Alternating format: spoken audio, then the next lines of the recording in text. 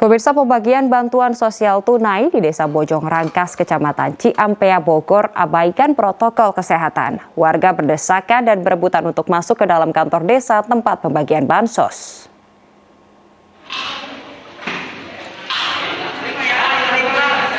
Ratusan warga Desa Bojong Rangkas, Kecamatan Ciampea, Kabupaten Bogor, Jawa Barat, berdesakan masuk ke kantor desa demi mendapatkan dana bantuan sosial sebesar Rp600.000. Warga rela berdesakan sehingga abaikan protokol kesehatan, seperti menjaga jarak, bahkan sebagian warga tidak menggunakan masker dengan sempurna.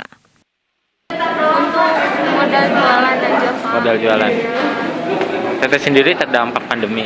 Iya, suami diberhentiin kerja. Ya.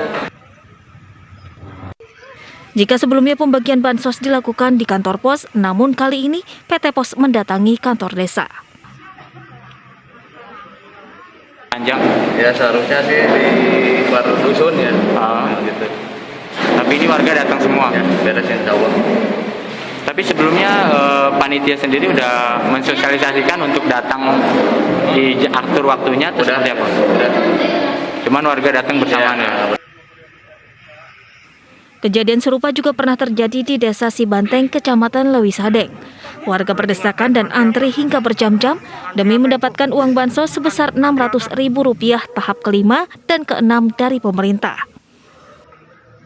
Dari Bogor, Jawa Barat, Wildan Hidayat, iNews melaporkan.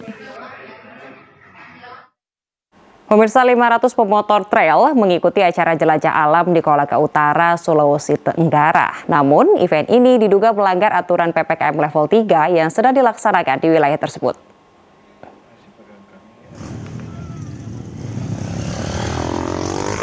Inilah event jelajah alam yang diikuti oleh ratusan pemotor trail dari berbagai wilayah di Sulawesi yang diadakan di Kolaka Utara. Event ini digelar di tengah pandemi COVID-19 saat pelaksanaan PPKM level 3. Panitia mengklaim event ini telah memiliki izin dari tim gugus tugas COVID-19 Kolaka Utara. Sehingga aparat keamanan pun tampak diikutsertakan dalam event ini. Para peserta yang berasal dari luar Kabupaten Kolaka Utara tidak dilakukan tes antigen maupun tes PCR. Sementara para peserta di garis start disemprotkan disinfektan dari Dinas Kesehatan dan pembagian masker untuk para peserta. Perwakilan pemerintah daerah Kolaka Utara mengatakan pihaknya sudah mengimbau agar protokol kesehatan dipatuhi. Saya kira tidak ada masalah. Yang utama saya lihat ini bagaimana penegakan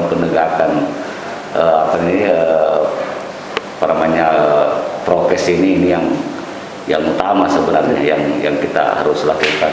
Ini kan salah satu bentuk bahwa ada hal yang tidak sinkron dengan aturan terkait PPKM tersebut.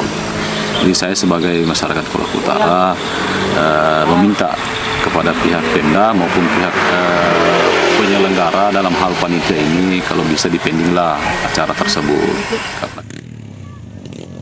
Seperti diketahui, angka kematian akibat pandemi COVID-19 di Kabupaten Kolaka Utara, Sulawesi Tenggara meningkat drastis. Di bulan Juli, angka kematian mencapai 5 orang dari jumlah keseluruhan yang meninggal 19 orang. Dari Kabupaten Kolaka Utara, Israel Yanas, iNews melaporkan. Pemirsa, polisi menangkap 3 orang komplotan pemalsu dokumen kesehatan perjalanan yang beraksi di Pelabuhan Murhum, Kota Bau-Bau. Dari aksinya, para pelaku mendapatkan keuntungan sekitar 11 juta rupiah.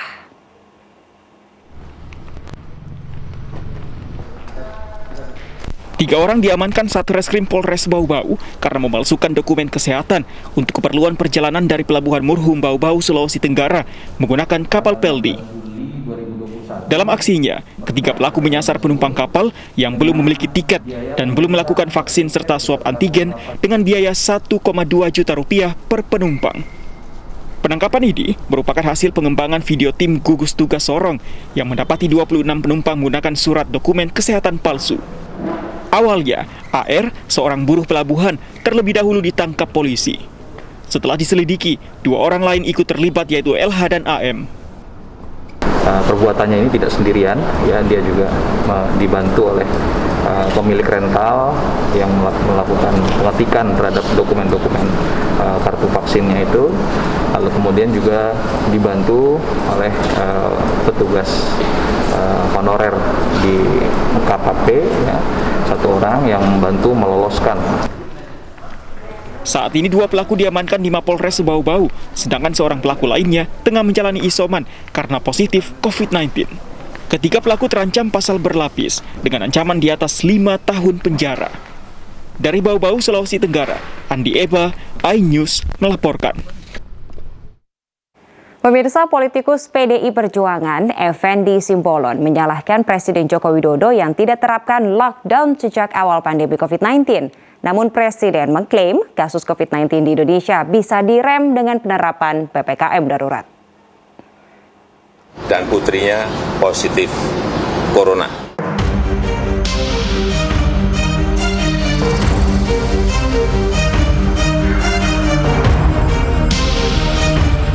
Hampir 1,5 tahun sudah pandemi melanda Indonesia sejak Jokowi mengumumkan kasus corona pertama di Indonesia. Namun hingga saat ini, kasus corona di Indonesia belum juga mereda. Ahli epidemiologi Universitas Indonesia Pandu Riono mewanti-wanti Presiden Jokowi soal jebakan pandemi karena kasus corona di Indonesia tidak terkendali. Melalui akun Twitternya, Pandu menyebut Indonesia sedang menuju jalur jebakan pandemi yang semakin dalam dan semakin sulit keluar. Ia meminta Presiden Jokowi untuk meningkatkan testing dan tracing serta vaksinasi. Sementara itu, politikus PDI Perjuangan Effendi Simbolon menyalahkan Presiden Joko Widodo yang tidak menerapkan lockdown sejak awal, sehingga berakibat pada melonjaknya kasus COVID-19. Namun, kebijakan lockdown ini seperti si malakama lantaran banyak hal yang perlu diperhatikan dan dipertimbangkan. Selalu yang kita jalankan adalah sisi kesehatannya bisa kita tangani, tapi sisi ekonominya juga pelan-pelan harus dijalankan. Nggak bisa kita tutup seperti negara lain lockdown. Lockdown itu artinya tutup total. Kemarin yang namanya PPKM darurat itu kan namanya semi lockdown, itu masih semi saja. Saya masuk ke kampung, saya masuk ke daerah, semuanya menjerit minta untuk dibuka. Saya kira Bapak Ibu juga sama, mengalami hal yang sama kan. Pemerintah juga mengklaim penerapan PPKM darurat Jawa Bali yang dimulai 3 Juli 2021 berhasil mengerem lompatan kasus COVID-19 di Pulau Jawa. Hal itu dibuktikan dengan menurunnya keterisian rumah sakit Wisma Atlet dari semula hampir penuh menjadi 38%. Tim Liputan iNews melaporkan. Dan pemirsa, selanjutnya kami hadirkan untuk Anda dialog sore yang hadir untuk Anda sekarang. PPKM itu sebenarnya kan pembatasan aktivitas penduduk akan menurunkan kasus, tetapi kan kita tidak mungkin melakukan pengetatan untuk selama-lamanya. Itu kan sifatnya temporer. Jadi nanti akan ada penurunan, tapi kalau tidak diikuti dengan upaya-upaya yang lebih serius untuk tetap menekan penularan, itu akan naik lagi. Inilah yang disebut jebakan pandemi. Pandemi seakan-akan terkendali ketika kasus turun. Sebenarnya itu hanya penurunan yang sifatnya sementara karena upaya untuk menekan penularannya belum berhasil. Salah satu adalah penduduk harus mau atau terlibat berpartisipasi dengan 3M. Kemudian testing lacak isolasinya harus diperkuat karena testing lacak isolasi itu suatu kesatuan kegiatan yang gunanya untuk memutus rantai penularan. Ketiga, kita melakukan cakupan vaksinasi yang secepat-cepatnya dan sebanyak-banyaknya. Dengan ketiga itu kita bergerak di hulu. Di hulu itu artinya apa? Menekan kasus penularan. Jangan bergerak di hilir. Andaikanlah manajemen komunikasi publik pemerintah dalam penanganan COVID-19 dilakukan secara profesional, berbasis kepada konsep dan teori komunikasi, dan berbasis pada prinsip-prinsip manajemen, itu bisa akan mengurangi di hulu. Kenapa? Orang sudah punya kesadaran yang tinggi, orang sudah punya sikap. Misalnya katakanlah sampai sekarang pemerintah belum melakukan komunikasi publik, yaitu apa? Komunikasi kelompok di tingkat-tingkat desa atau RT atau RW. Pilihan paling ekstrim dan paling itu memang lockdown. Tetapi persoalannya, apakah Indonesia mampu melakukan lockdown, sementara Undang-Undang Karantina Kesehatan menyebutkan apabila dilakukan karantina wilayah, maka segala kebutuhan warga Indonesia itu ditanggung oleh pemerintah, termasuk kebutuhan makan pakan ternak pun disediakan oleh pemerintah, oleh negara. Mampu nggak segitu? Pemirsa, Gubernur DKI Jakarta Anies Baswedan menjenguk 2 harimau terpapar COVID-19 di Taman Marga Satwa Ragunan. Kondisi kedua harimau Tino dan Hari kian membaik.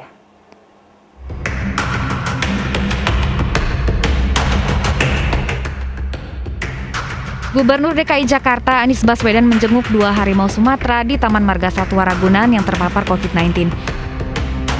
Kondisi kedua harimau bernama Tino dan Hari ini semakin membaik. Bahkan Tino dan Hari aktif berkegiatan di kandang.